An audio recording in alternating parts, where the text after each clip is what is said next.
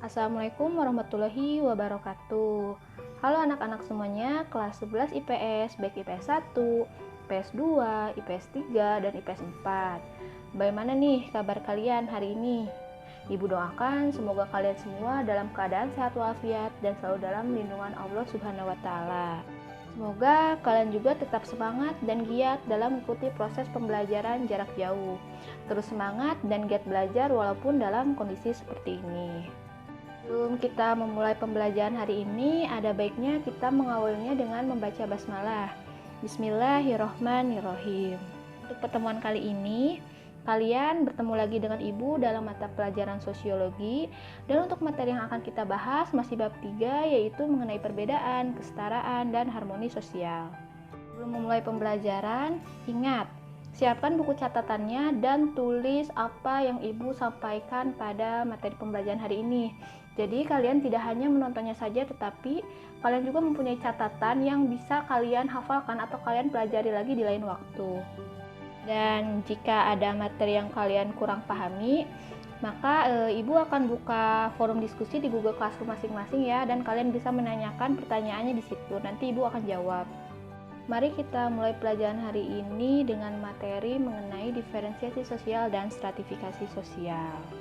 Pada minggu sebelumnya, Ibu telah menjelaskan bahwa struktur sosial itu diklasifikasikan menjadi dua bentuk, yaitu yang pertama itu ada yang bersifat horizontal atau dikenal dengan diferensiasi sosial, dan ada yang bersifat vertikal atau yang dikenal dengan stratifikasi sosial.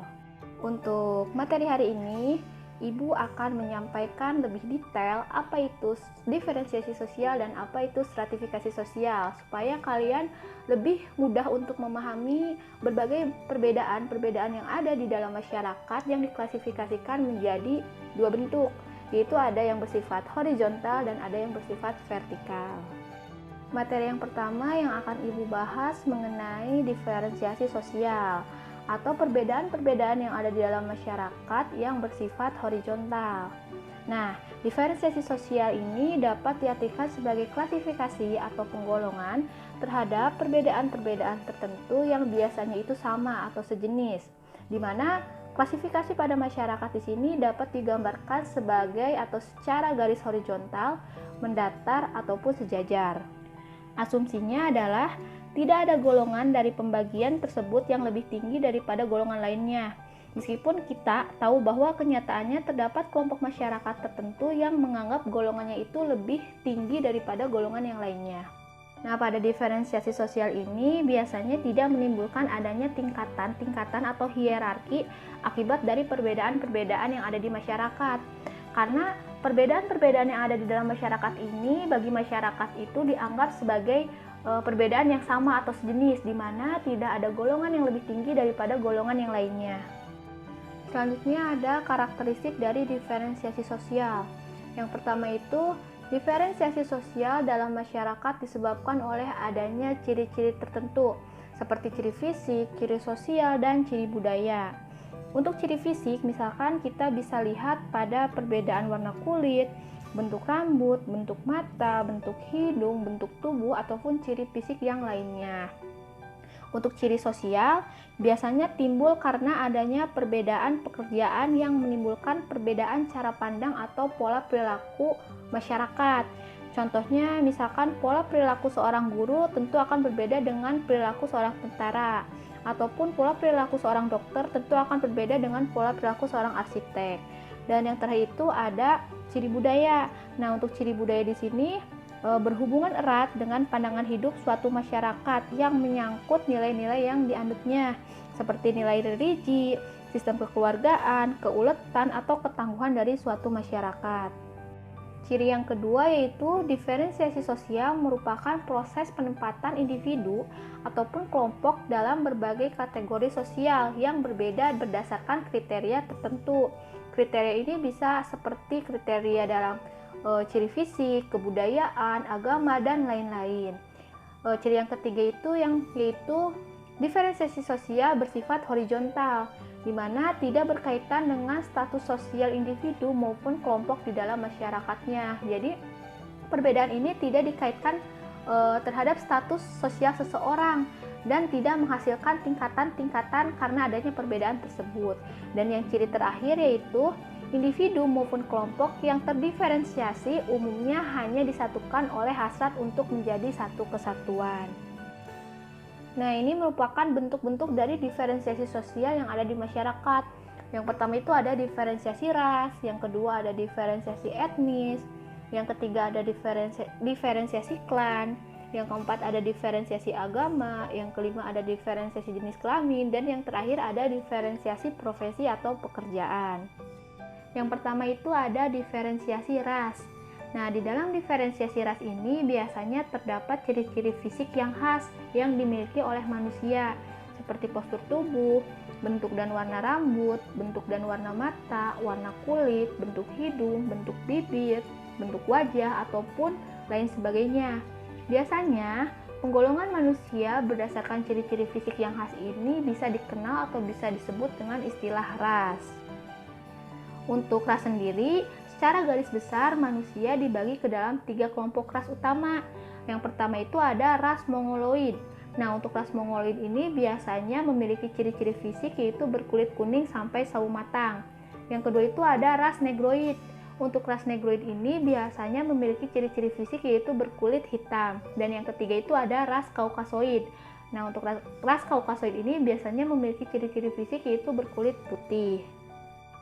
Untuk yang kedua itu ada diferensiasi etnis atau diferensiasi suku bangsa. Nah, konsep etnis atau suku bangsa ini lebih menekankan pada persamaan kebudayaan. Etnis dapat didefinisikan sebagai suatu golongan manusia yang terikat oleh kesadaran dan identitas akan kesatuan kebudayaan dan bahasa. Untuk contoh diferensiasi suku bangsa atau etnis ini kita bisa lihat di Indonesia, di mana Indonesia ini memiliki berbagai macam suku bangsa atau etnis dengan kebudayaannya. Misalkan ada etnis Aceh, etnis Batak, etnis Medan, Palembang, Sunda, Jawa, dan lain sebagainya. Yang ketiga itu ada diferensiasi klan. Nah, biasanya klan ini sering juga disebut sebagai kerabat, kekeluargaan besar, ataupun keluarga luas. Klan merupakan kesatuan genealogis atau keturunan, religio magis atau kepercayaan, dan tradisi atau adat. Dalam masyarakat Indonesia terdapat 2 bentuk klan utama, yakni klan atas dasar garis keturunan ibu dan klan atas dasar garis keturunan ayah. Untuk klan atas dasar dari garis keturunan ibu bisa juga dikenal dengan istilah matrilineal, antara lain terdapat pada masyarakat Minangkabau.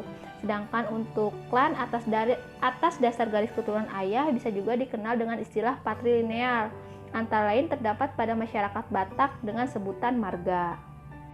Selanjutnya yang keempat itu ada diferensiasi agama, di mana semua ajaran agama yang ada di dalam masyarakat itu mengatur hubungan, baik hubungan antara sesama manusia ataupun hubungan antara manusia dengan Tuhannya. Dengan demikian, ajaran-ajaran agama yang mengatur pola kehidupan bersama tanpa memandang jenis kelamin, suku bangsa, klan, ras, dan lain sebagainya.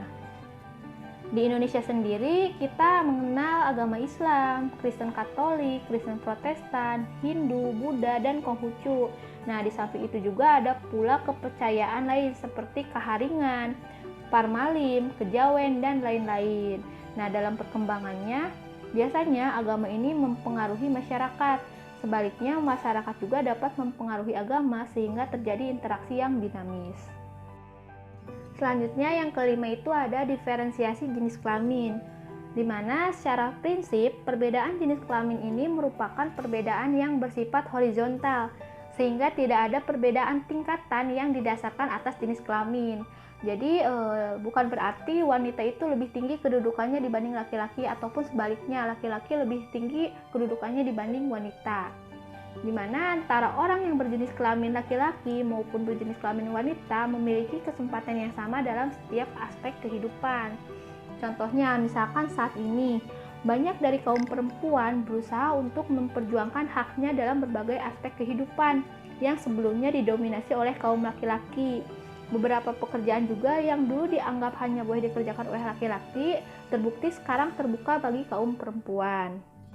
Nah, yang terakhir, yang keenam ini ada diferensiasi profesi, di mana profesi ini merupakan suatu pekerjaan yang memerlukan keahlian khusus. Orang yang telah ahli dan menggeluti bidang pekerjaan tertentu dikenal sebagai orang yang profesional. Dalam kehidupan bermasyarakat telah tumbuh dan berkembang berbagai macam profesi seperti guru, dokter, pedagang, tentara, pegawai negeri, buruh, petani, dan masih banyak profesi lainnya. Nah, untuk jenis profesi yang ada di perkotaan dan pedesaan biasanya berbeda sifatnya. Nah, untuk di perkotaan biasanya lebih bersifat heterogen atau banyak jenis pekerjaannya, sedangkan untuk profesi yang ada di pedesaan biasanya lebih bersifat homogen. Untuk materi yang kedua yang akan Ibu bahas yaitu mengenai stratifikasi sosial, yaitu perbedaan-perbedaan yang ada di dalam masyarakat yang bersifat vertikal. Nah, apa sih stratifikasi sosial itu? Pasti kalian bingung membedakan antara stratifikasi dan diferensiasi. Nah, menurut tokoh sosiolog yaitu Max Weber mendefinisikan bahwa stratifikasi sosial itu sebagai penggolongan orang-orang yang termasuk dalam suatu sistem sosial tertentu ke dalam lapisan-lapisan yang bersifat hierarki atau bertingkat menurut dimensi kekuasaan, hak istimewa maupun prestis.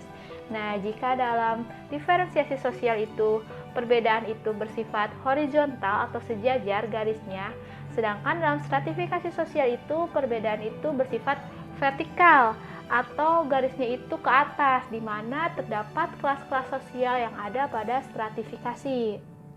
Nah, adanya kelas-kelas sosial itu disebabkan oleh sesuatu yang dipandang lebih atau dianggap lebih oleh masyarakatnya.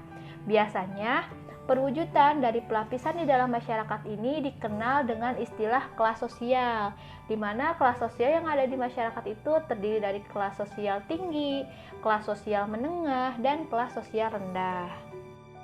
Biasanya, stratifikasi sosial itu selalu identik atau digambarkan dengan sebuah piramid, di mana ada kelas atas, ada kelas menengah, dan ada kelas bawah. Nah, untuk dasar dari stratifikasi sosial di masyarakat ini disebabkan oleh sesuatu yang dihargai atau dianggap lebih oleh masyarakatnya. Nah, untuk faktor penentu sesuatu yang dianggap lebih atau dihargai lebih oleh masyarakat ini biasanya berbeda antara satu masyarakat dengan masyarakat lainnya. Hal itu bisa berupa dalam hal pendidikan, kekayaan, keturunan, atau dalam hal lainnya. Stratifikasi sosial juga muncul dengan sendirinya sebagai akibat dari proses yang terjadi di dalam masyarakat. Nah, di sini terdapat beberapa kondisi umum yang mendorong terciptanya stratifikasi sosial di dalam masyarakat. Seperti yang pertama itu ada perbedaan ras dan budaya. Faktor yang kedua itu ada pembagian tugas yang terspesialisasi, di mana spesialisasi di sini berkaitan dengan fungsi kekuasaan dan status dalam stratifikasi sosial. Dan yang terakhir itu kelangkaan, di mana kelangkaan ini bisa terasa bila masyarakatnya mulai membedakan posisi, alat-alat kekuasaan, dan fungsi-fungsi yang ada dalam waktu yang sama. Adapun proses terjadinya stratifikasi sosial yang ada di dalam masyarakat itu dapat dibedakan menjadi dua kriteria. Yang pertama itu ada stratifikasi yang terbentuk dengan sendirinya. Biasanya diakibatkan karena kepandaian, tingkat umur, sifat keaslian anggota, dan kepemilikan harta yang diwariskan. Dan yang kedua itu ada stratifikasi yang sengaja disusun. Biasanya ini berkaitan dengan pembagian kekuasaan dan wewenang resmi dalam organisasi formal. Selanjutnya ada karakteristik dari stratifikasi sosial, di mana terdapat 3 aspek yang menjadi karakteristik dari stratifikasi sosial tersebut. Yang pertama itu adanya perbedaan dalam kemampuan, di mana anggota masyarakat yang menduduki lapisan lebih tinggi tentunya memiliki kemampuan lebih besar dibandingkan anggota masyarakat pada lapisan bawahnya. Yang kedua, adanya perbedaan gaya hidup. Anggota masyarakat yang menduduki lapisan lebih tinggi ini biasanya mengembangkan gaya hidup mereka sebagai pembeda dengan lapisan di bawahnya. Dan yang ketiga, yaitu adanya perbedaan hak dan akses dalam memanfaatkan sumber daya, di mana Seseorang yang menduduki lapisan tinggi ini biasanya akan memiliki hak dan akses lebih luas terhadap beragam fasilitas atau sumber daya dibandingkan dengan lapisan yang di bawahnya. Dasar dari adanya stratifikasi sosial di dalam masyarakat itu tidak lain terkait dengan adanya sesuatu yang dihargai lebih oleh masyarakatnya, baik itu kekuasaan, kekayaan, keturunan, pendidikan, status atau kedudukan, bahkan peran. Nah, apabila terdapat suatu individu atau seseorang yang memiliki sesuatu yang dihargai lebih, maka ia akan berada di lapisan atas. Namun sebaliknya, apabila ada seseorang yang hanya memiliki sedikit atau sama sekali tidak memiliki sesuatu yang dihargai, maka ia akan diposisikan pada lapisan bawah. Yang pertama ada dasar stratifikasi menurut kekayaan, di mana kekayaan ini berkaitan erat dengan pendapatan seseorang. Semakin besar pendapatan seseorang, maka semakin besar pula kesempatan baginya untuk memiliki banyak harta. Selain itu, semakin besar pula peluangnya untuk menduduki strata atas atau kelas atas.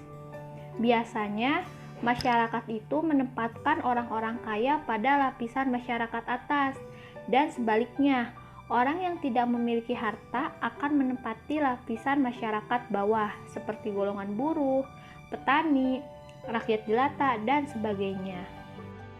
Dasar dari stratifikasi yang kedua yaitu kekuasaan, di mana kekuasaan ini selalu berkaitan dengan kemampuan seseorang untuk menentukan kehendaknya terhadap orang lain atau orang yang dikuasainya. Kekuasaan biasanya didukung oleh unsur lain, seperti kedudukan atau posisi di dalam masyarakat, kekayaan, kepandaian, bahkan kelicikan. Biasanya, anggota masyarakat yang memiliki kekuasaan dan wewenang terbesar akan menempati lapisan sosial teratas, dan sebaliknya, masyarakat yang tidak mempunyai kekuasaan akan menempati lapisan sosial yang rendah.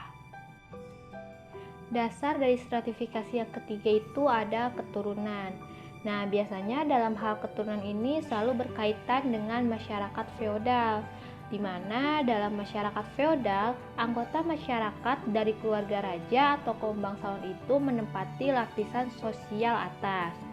Umumnya, masyarakat menyebut mereka dengan ungkapan berdarah biru.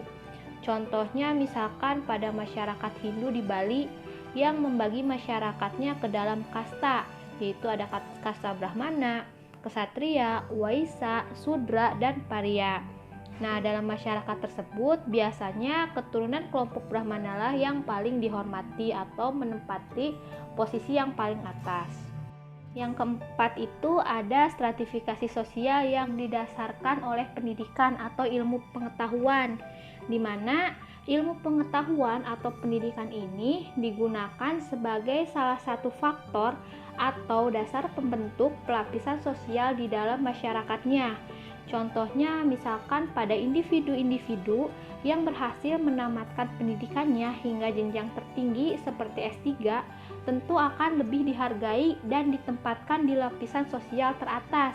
Sebaliknya, bagi mereka atau individu-individu yang memiliki pendidikan yang rendah, tentu akan berada di lapisan sosial terbawah. Selanjutnya, yang kelima itu ada stratifikasi sosial yang didasarkan oleh status atau kedudukan, di mana status atau kedudukan ini menunjukkan hak dan kewajiban seseorang di dalam masyarakat. Biasanya pada sistem sosial, semua individunya memiliki status atau kedudukan yang berbeda antara satu sama lain. Yang terakhir, yang keenam, itu stratifikasi sosial yang didasarkan oleh peran. Peran adalah tingkah laku yang diharapkan dari orang yang memiliki kedudukan atau status. Apabila seseorang melaksanakan hak-hak dan kewajibannya sesuai dengan kedudukannya, maka ia telah menjalankan perannya. Kedudukan dan peran merupakan dua hal yang tidak dapat dipisahkan. Tidak ada peran tanpa kedudukan, begitu pula kedudukan tidak berfungsi tanpa adanya peran. Nah, di sini selanjutnya ada bentuk-bentuk dari stratifikasi sosial, di mana stratifikasi sosial itu terdapat 3 bentuk. Yang pertama itu ada stratifikasi sosial tertutup. Yang kedua ada stratifikasi sosial terbuka. Dan yang ketiga itu ada stratifikasi sosial campuran. Nah, sekarang Ibu akan menjelaskan satu persatu mengenai bentuk dari stratifikasi sosial tersebut. Yang pertama itu ada stratifikasi sosial tertutup. Nah, di mana bisa kalian lihat pada gambar yang telah Ibu berikan bahwa terdapat garis panah yang melingkar di dalam kotak itu. Artinya, panah tersebut itu tidak bisa pindah ke atas maupun ke bawah. Pada sistem pelapisan sosial tertutup ini membatasi kemungkinan seseorang untuk pindah dari satu lapisan ke lapisan yang lain, baik lapisan atas maupun lapisan bawah. Di dalam sistem pelapisan tersebut, satu-satunya jalan untuk menjadi anggota atau warga suatu kelompok tertentu hanyalah melalui kelahiran. Nah, stratifikasi sosial yang bersifat tertutup ini bisa kita jumpai pada masyarakat yang masih menganut sistem kasta. Yang kedua ada stratifikasi sosial terbuka. Nah, di mana kalian juga bisa lihat dari gambar yang Ibu berikan. Pada gambar tersebut terdapat anak panah yang menunjukkan garis ke atas dan ke bawah. Ini menandakan bahwa pada masyarakat yang memiliki stratifikasi sosial terbuka, kemungkinan anggota masyarakatnya untuk mengadakan mobilitas itu sangat besar. Artinya, setiap anggota masyarakat itu mempunyai kesempatan untuk naik ke lapisan sosial yang lebih tinggi karena kemampuan dan kecakapan mereka sendiri. Dan sebaliknya, setiap anggota masyarakat juga bisa turun atau jatuh ke lapisan sosial yang lebih rendah bagi mereka yang tidak cakap dan tidak beruntung. Yang ketiga ada stratifikasi sosial campuran. Nah, jika kita melihat gambar, di gambar itu terdapat panah yang melingkar ke atas dan ke bawah, yang artinya stratifikasi sosial campuran ini adalah perpaduan antara stratifikasi sosial tertutup dan terbuka, di mana untuk berpindah lapisan sosial, individu itu harus pindah ke daerah yang lapisan sosialnya bersifat terbuka. Sebagai contoh, misalkan bila seorang anggota kasta Sudra tetap bertahan di masyarakat yang menganut sistem kasta, maka ia tidak akan pernah bisa memperoleh kedudukan terhormat. Oleh sebab itu, satu-satunya cara untuk mengubah status orang tersebut yaitu dengan pindah ke masyarakat yang tidak mengenal kasta. Contoh lainnya, misalkan seorang anggota kasta Brahmana mempunyai kedudukan yang terhormat dan sangat dihargai oleh masyarakat yang menganut sistem kasta. Namun, jika anggota Brahmana ini pindah ke suatu daerah yang lingkungannya tidak menganut sistem kasta, tentu ia itu harus menyesuaikan diri dengan aturan kelompok masyarakatnya yang baru, dan ia juga harus diperlakukan sesuai kedudukannya di tempat baru. Stratifikasi sosial yang ada di masyarakat di samping akan menimbulkan atau menghasilkan kelas-kelas sosial tertentu di masyarakat, tentu memiliki fungsi-fungsi sendiri bagi masyarakatnya. Yang pertama itu ada distribusi hak-hak istimewa yang objektif, seperti menentukan penghasilan, tingkat kekayaan, dan wewenang. Nah, adanya pelapisan sosial ini dapat memudahkan untuk mendistribusikan hak-hak istimewanya. Individu yang berada di lapisan atas pastinya berhak atas lebih banyak hak istimewa dibandingkan individu di lapisan bawah.